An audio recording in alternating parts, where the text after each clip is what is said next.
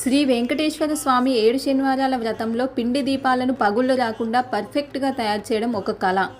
పిండి దీపాలు తయారు చేయడానికి ఒక గిన్నెలో బియ్య పిండిని తీసుకోవాలి.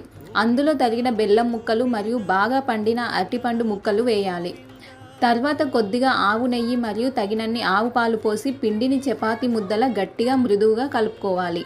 పిండి కలుపుకోవడానికి నీళ్లకు బదులుగా పాలను వాడడం వల్ల దీపాలు చాలా మృదువుగా వస్తాయి మరియు వెలిగించినప్పుడు వేడికి పగుళ్ళు రావు.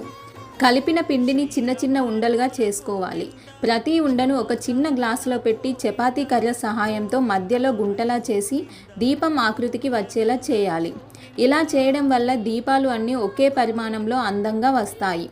చివరగా దీపాలపై కుంకుమ పసుపుతో స్వామివారి నామాలు లేదా బొట్టు పెట్టి అలంకరించుకోవాలి.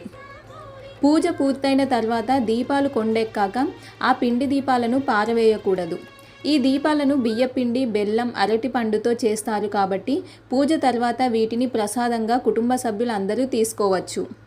లేదా ఆ దీపాలను నెయ్యితో వెలిగించి ఉంటే గోమాతకు తినిపించడం చాలా మంచిది. ఒకవేళ నువ్వుల నూనెతో వెలిగిస్తే ఆ దీపాలను వాటర్లో కలిపి పారే నీటిలో కానీ లేదా ఎవరూ తొక్కని ఏదైనా చెట్టు మొదట్లో కానీ పోయాలి. కానీ పొరపాటున కూడా ఈ దీపాలను పారవేయకూడదు లేదా చెత్తలో వేయకూడదు. ఎందుకంటే అవి స్వామివారి జ్యోతిని వెలిగించిన అత్యంత పవిత్రమైన ప్రమిదలు.